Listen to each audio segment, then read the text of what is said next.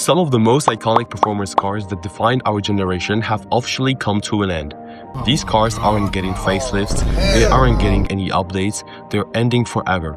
For decades, they symbolize how a real car should perform on the road. But before we start this video, make sure to subscribe, no seconds lost. I make weekly videos about automotive world, so you can check them out on my channel. When you're subscribing to me, you're supporting my work, and it really means a lot to me because without you guys, this channel wouldn't be even here. But anyways, let's get back to the video. The Nissan GT-R is officially coming to an end. Powered by a 3.8-liter twin-turbo V6 producing up to 600 horsepower, the GT-R changed the supercar world. It first debuted in February 1969 as a four-door sedan, and through the decades, it showed the performance didn't have to cost Ferrari money. With its insane acceleration, advanced all-wheel drive, and the legendary tuning potential,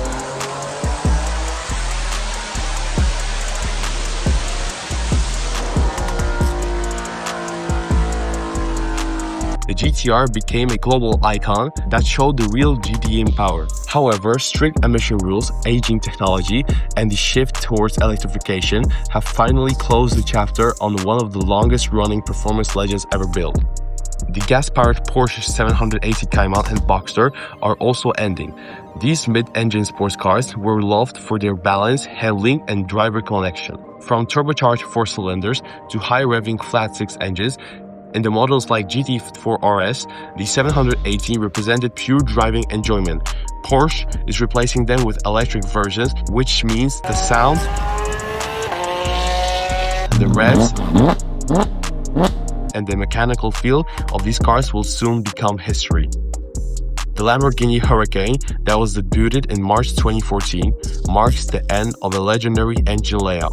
Its naturally aspirated 5.2-liter V10 engine is one of the last pure performance engines ever made, with over 600 horsepower, impressive RPMs, and the iconic design that whenever someone heard the word Lamborghini, that's how they imagined it. The Huracán became a modern classic, and it's now being replaced by a hybrid Lamborghini Temerario, officially ending Lamborghini's pure V10 era and closing a chapter that started decades ago. The Audi R8 is another massive loss for car culture. Debuted in September 2006, it was the most iconic and the best Audis ever made, sharing its V10 engine with Lamborghini. The R8 combines supercar performance with everyday usability.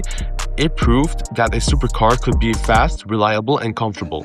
With no direct replacement planned in the same form, the R8 represents the end of Audi's naturally aspirated supercars. The Jaguar F-Type is officially discontinued. It made its public debut in 2012 Paris Motor Show, one of the last true British V8 sports cars. It carried the spirit of classic Jaguar performance into the modern world with aggressive design, raw sound, and emotional character. The F-Type symbolized a time when cars were built to feel exciting, not just efficient. The Jaguar's move to full electrification marks the end of this entire era. But hey, we've got the new all-electric 4-door GT that the designers are so proud of that achievement, making the worst-looking car in those years, even beating the Cybertruck looks. And finally, the Lexus RC F. That officially debuted in January 2014. It uses a naturally aspirated 5-liter V8 producing 450 horsepower. It's one of the best looking cars that Lexus ever offered because it had a character and a unique personality. Low sales and emission regulations have officially ended one of the last Japanese V8 performance coupes. Sadly, we're losing sports cars that define us. They represent the end of the V10s and V8 eras. It's completely understandable to be frustrated with car companies for shutting them down. But look at it another perspective. As a new generation of designers take over, they just won't see these cars the same way as we do. Honestly, it's better to let these legends go out on a high note rather than watching them turn into something they're never meant to be. So, which car you will miss the most? Drop your thoughts in the comments. Don't forget to like, subscribe, and see you guys in the next video.